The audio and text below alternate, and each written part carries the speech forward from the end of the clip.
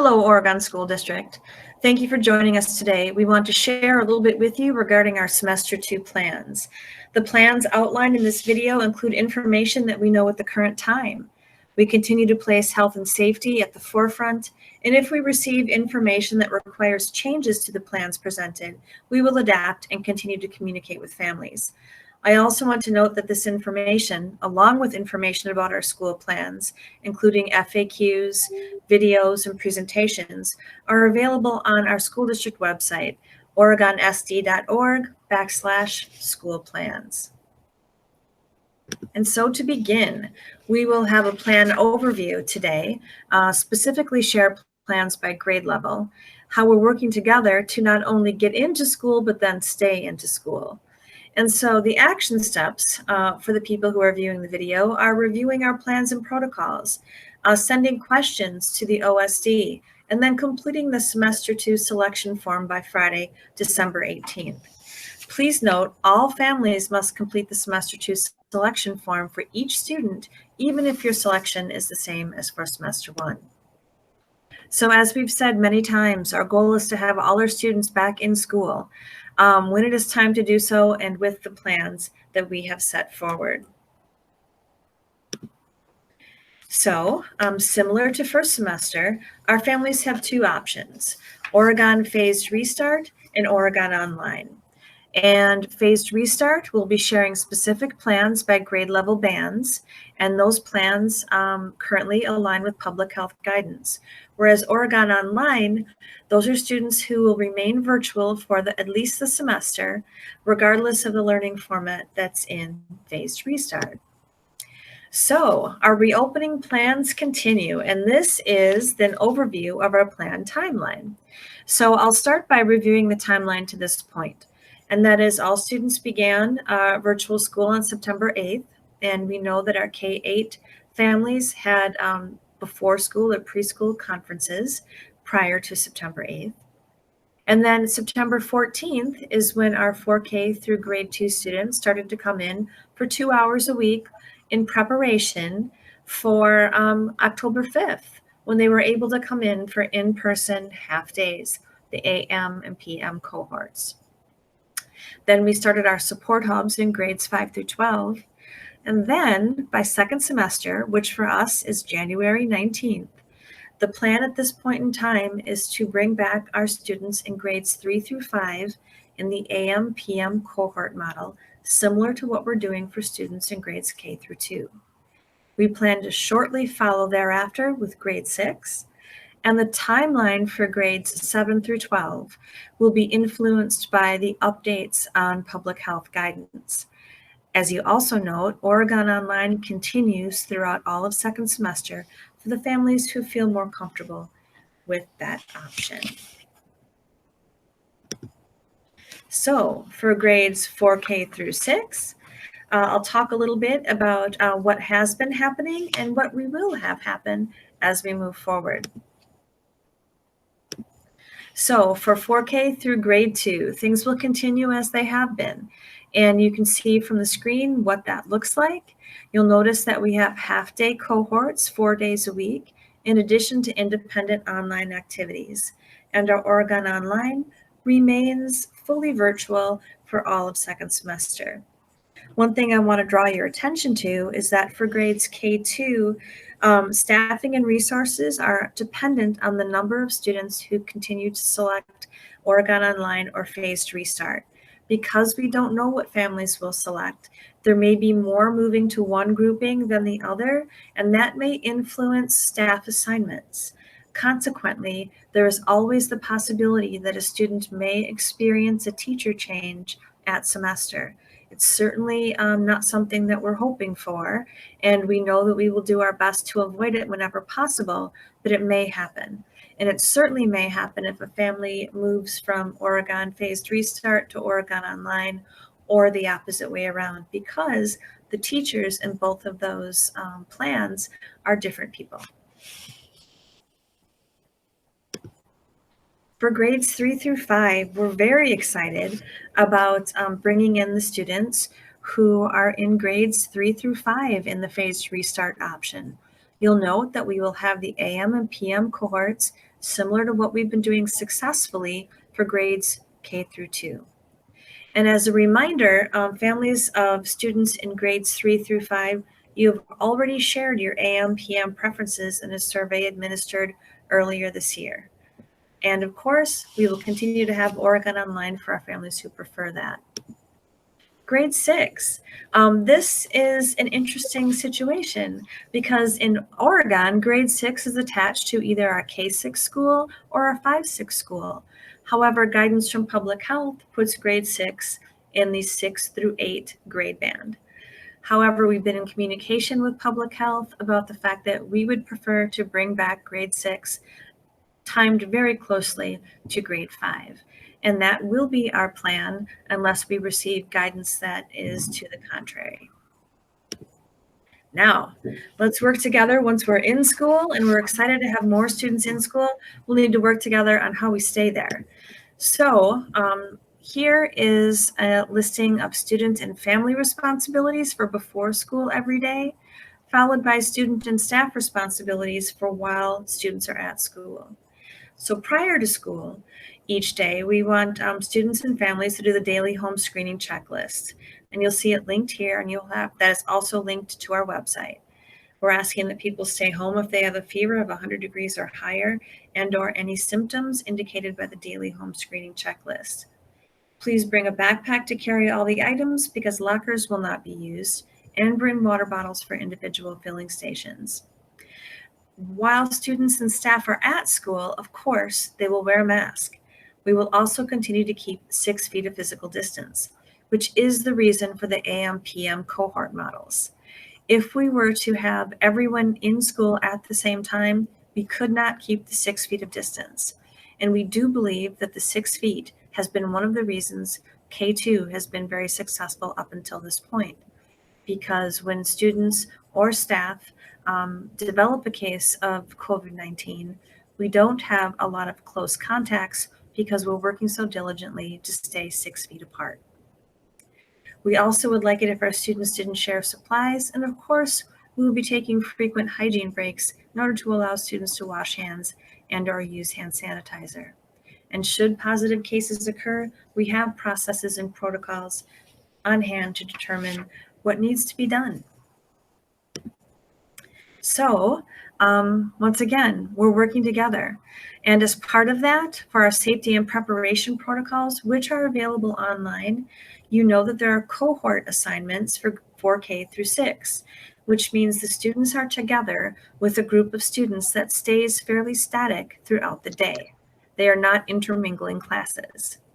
We also have the ventilation and air filtration systems that are necessary to be able to be in school and be in school safely. We have modified traffic flows, and we have different entrances for different grades in order to avoid bottlenecks. Also, according to guidance, we have a dedicated illness isolation room. We've improved or increased our cleaning and disinfecting procedures. We have the proper signage, and of course, we will be limiting non-essential visitors. Transportation will also be slightly different. And those of you who are already in school, the people who have K2 students in school, you know the type of precautions that are put in place. And we will continue with those precautions as we add in additional grades. But drop-off and pickup locations may need to be modified as we add additional students, and bus route and capacity will be modified. Of course, we are still working to have bus supervisors on each route to help students become acclimated to the requirements of face coverings, because it's extraordinarily important on the bus. We'll only have 1 student per seat unless there are siblings, and we will continue to have windows open whenever possible to improve air ventilation. And of course, if you were able to self-transport, that is wonderful, but buses are available for those who need it. Now, grades 7 through 12.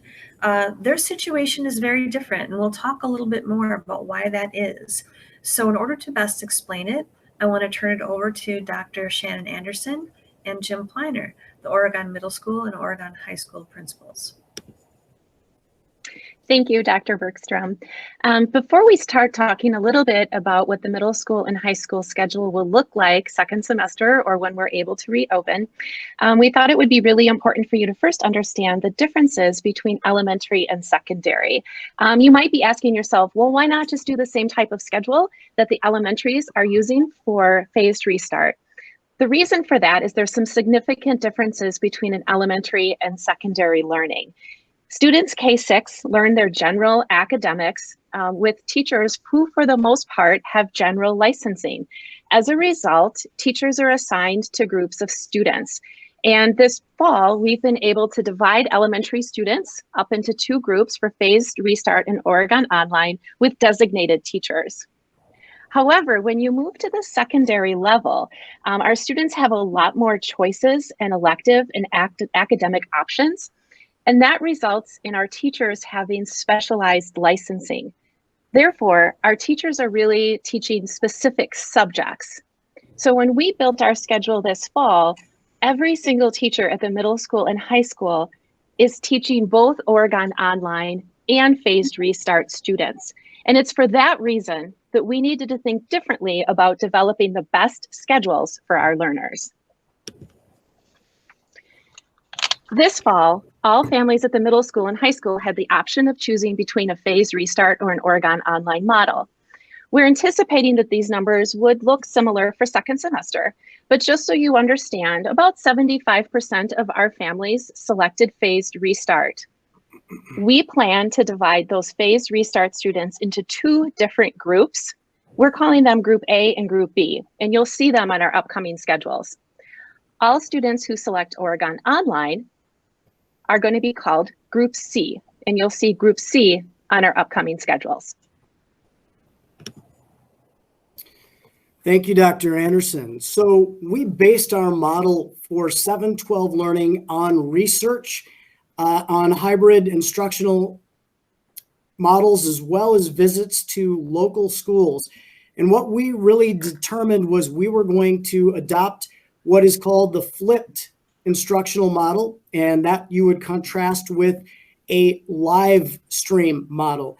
And what we determined when looking at the live stream model is that live streaming, which would mean that students would be viewing instruction from home, there would be groups of students who would be watching teachers teach to a classroom of some who are present simultaneously, really live streaming limits the best part of virtual instruction while really encouraging the worst part of live teaching, endless lectures. And so we are looking to embrace some of what we've learned this fall and use that to high leverage when we return in the hybrid model. So it's important that you know that students will continue to learn and demonstrate learning through the use of their Google Classrooms. We built a lot of capacity here, and that format will allow us to maintain coherent instruction for all learners when illness or exposure forces students or staff into quarantine mode. Moreover, the organizational structure and the ability for staff to present new content in that format will be used for all students, regardless of their choice, online or in person. Online learning will continue for students who are part of our in-person and Oregon Online students will be really resource focused. So examples of that would really look at teachers providing guided practice, reteaching concepts, answering questions, facilitating project work, small group learning, and application of their learning with a focus on feedback. Again, both phased restart students and those students who are totally online will have synchronous time built into their schedules for these purposes. This approach really allows us to meet the needs of students in a very learner-centered fashion. So let's take a look at what the middle school schedule will look like. Again, as Mr. Pleiner said, all students, regardless of which group they're in, will have their core instruction through an asynchronous model that all students can access with their teachers. Now, if you're in phased restart, we'll be divided up into two groups, as I said before. If you're in Group A, you would come to school on Monday and Thursday morning. During the course of the week between those two classes, you would have time in person with each teacher one time. If you're in the group B, it's the same thing, but you would come in Tuesdays or Fridays. We will not be serving lunch in the building, but students who would like to take a to-go grab-and-go lunch as they leave that they can eat at home, that will be provided. Students who are Oregon Online will have an opportunity to meet with their teachers 4 days a week instead of 2 days. And you'll see that we meet 2 classes every day, Monday, Tuesday, Thursday, and Friday. Another piece that I really want to point out is in the afternoons. Part of our schedule this fall has been daily connections with a small group of students and one of their teachers. This has been a really important social emotional support for our students this year, and that was a really important part of our phased restart schedule. Regardless of which group your child is in, all of them will come together for an online connections 4 days a week, and you'll see that's in the middle of the afternoon. You will notice that the time and the days of the week are different based on which group your child is in. One reason the face-to-face in-person time is a little bit longer is we have to think about passing time, cleaning procedures, and the length of time it just takes to physically move kids into the space. We also anticipate that in the afternoons, those shorter sessions, we anticipate those are going to be much smaller groups of students, which will allow your child more personalized instruction. Another benefit to our schedule is that if your child is in phased restart and they become ill or need to be quarantined and are unable to come to school, during that time, they will easily bump into the C group and can still meet with their same teachers in the same classes and still get that resource and support. When students are not in their group, the rest of the time will be for asynchronous learning. So that time would be opposite of their time on Wednesdays and then late in the afternoon. During those times, we also plan to provide things like small group lessons with our music department. We'll now take a look at the high school schedule. While our slides look a little different, you'll notice that the schedules are very similar in a lot of respects. Again, OHS students will be in 3 groups. Our in-person or that phased restart is going to represent an A and a B cohort split. And our C group kids, that again is the online students. So it's important to know that students who elect for that in-person learning experience or phased restart, again, our A and B, and our A group will meet Mondays and Thursdays. Our B group will be in-house Tuesdays and Fridays. And again, Wednesdays are total asynchronous instruction for all learners, regardless of their cohort. All of our courses will be paced on 5 days of instruction. So in particular for our phased restart folks, again, the membership in your groups is going to be determined by the first letter of your last name.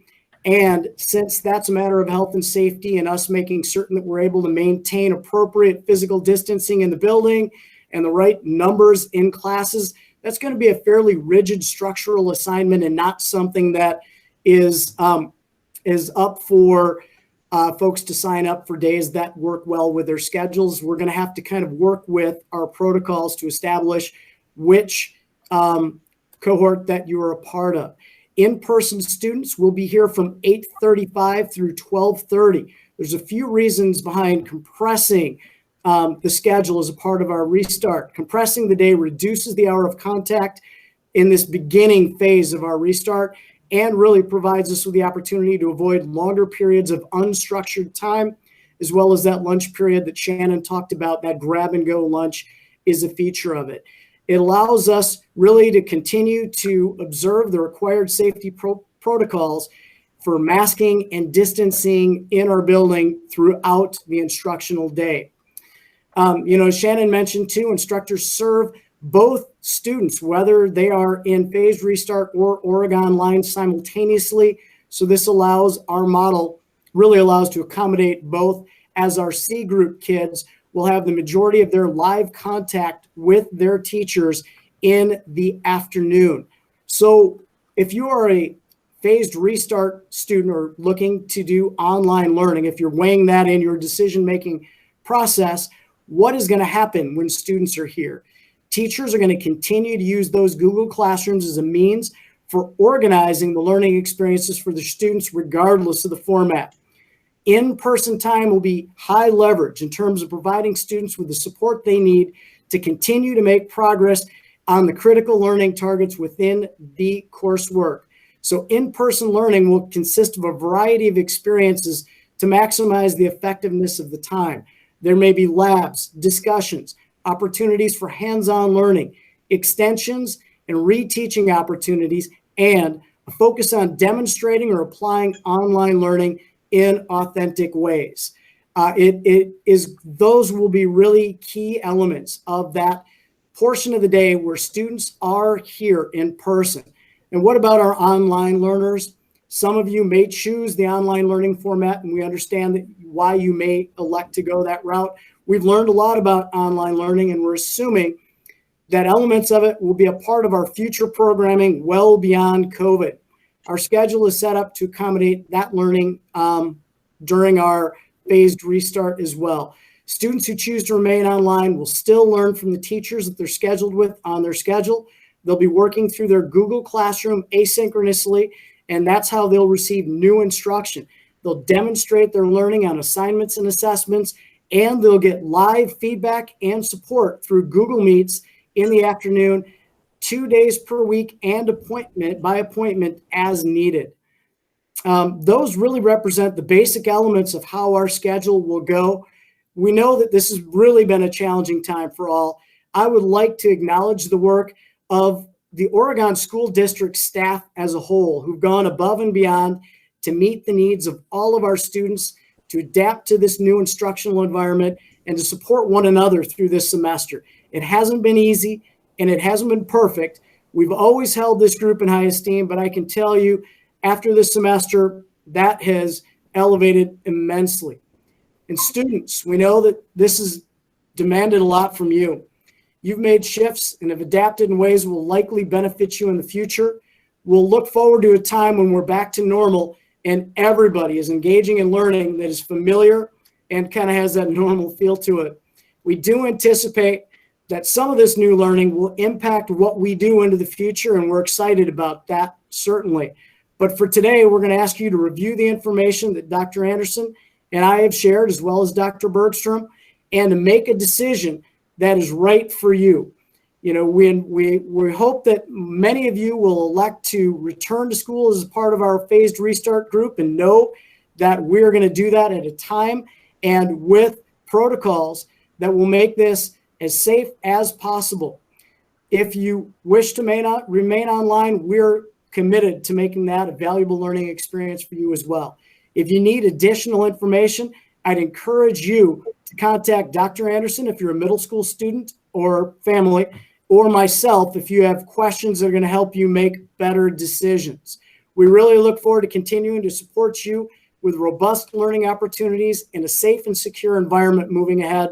It hasn't been easy work for teachers or our support staff, and we'll continue to adapt to the challenges ahead. In the meantime, we're going to ask you for your patience and your support. Dr. Bergstrom, I'm going to turn it back to you. Well, thank you, Jim and Shannon. Hopefully the sample schedules have helped you see what a day looks like for our students in grades 7 through 12. And I want to be very clear about the fact that if you do choose phased restart, it will be different from in-person as you knew it prior to the pandemic. As such, I want to walk through the health and safety features at a very high level, because those features are necessary for all of us once we are back in school so that we can stay in school.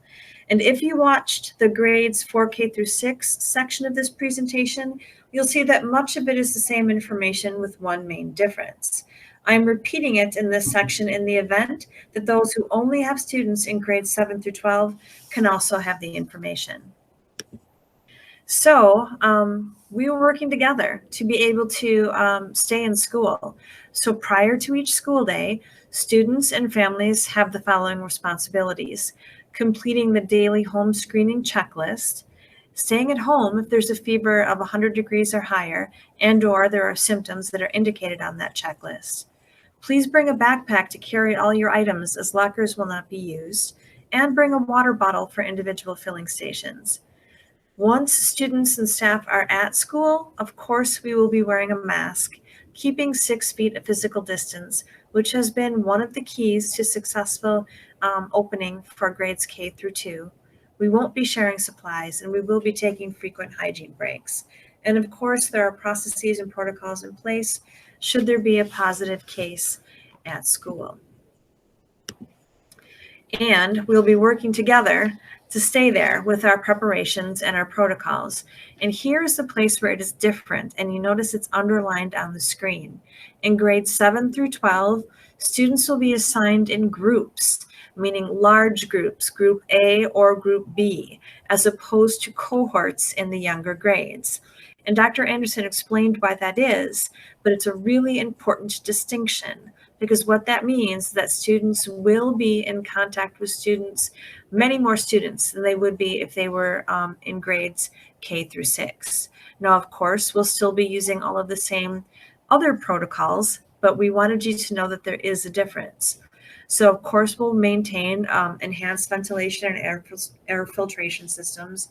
We'll have modified traffic flows and different entrances for grades.